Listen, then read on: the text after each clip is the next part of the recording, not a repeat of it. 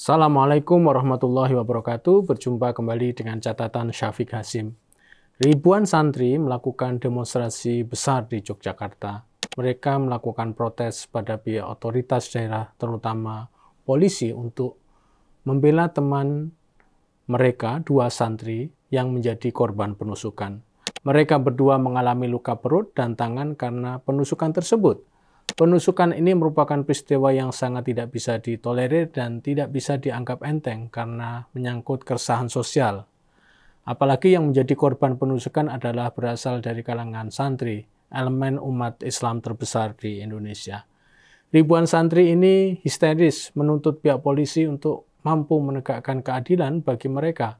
Para santri ini juga memprotes soal minuman keras atau miras karena korban penusukan pada santri ini diakibatkan oleh minuman keras. Pemuda-pemuda yang menusuk dua santri ini berada dalam pengaruh minuman keras ketika melakukan tindakan penusukan tersebut.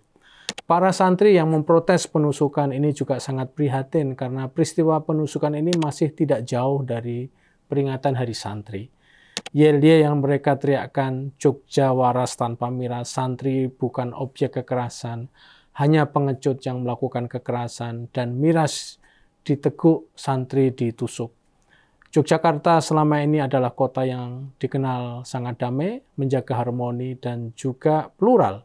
Yogyakarta adalah kota pelajar karena banyaknya universitas dan pelajar yang datang ke kota untuk belajar. Namun, daerah istimewa Yogyakarta akhir-akhir ini dikeluhkan oleh banyak kalangan sebagai wilayah dengan darurat minuman keras. Peredaran minuman keras seolah-olah masif dan bisa didapatkan di mana-mana. Peredaran minuman keras seolah-olah tak terkendali peredarannya di pasar.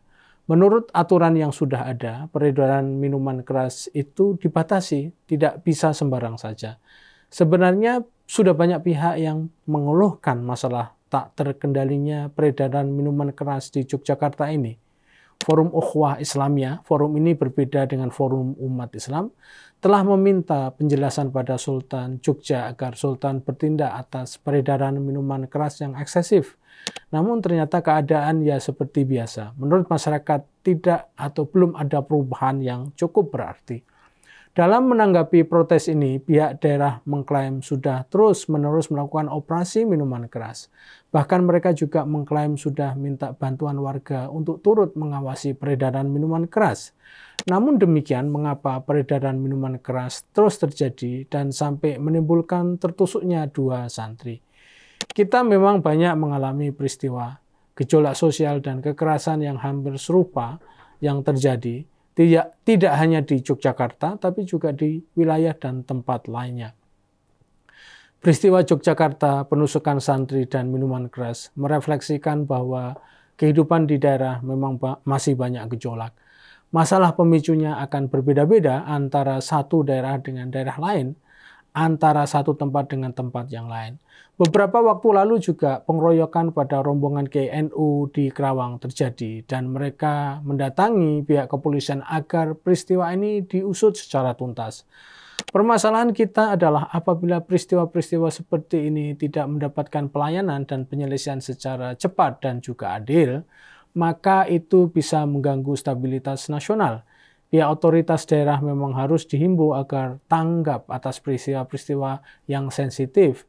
Ini jika terlambat penanganan mereka bisa berakibat pada penyalahan pemerintahan pusat.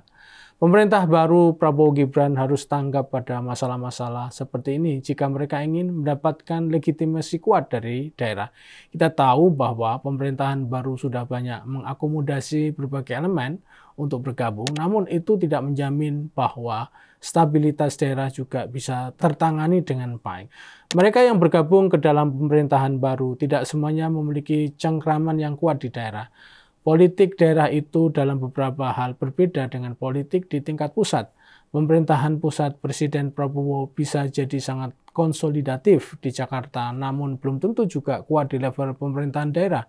Dengan demikian, belum tentu gejolak lokal itu bisa dibaca secara baik oleh mereka yang berada di pusat, karena peta politik lokal tidak selalu mencerminkan peta politik nasional.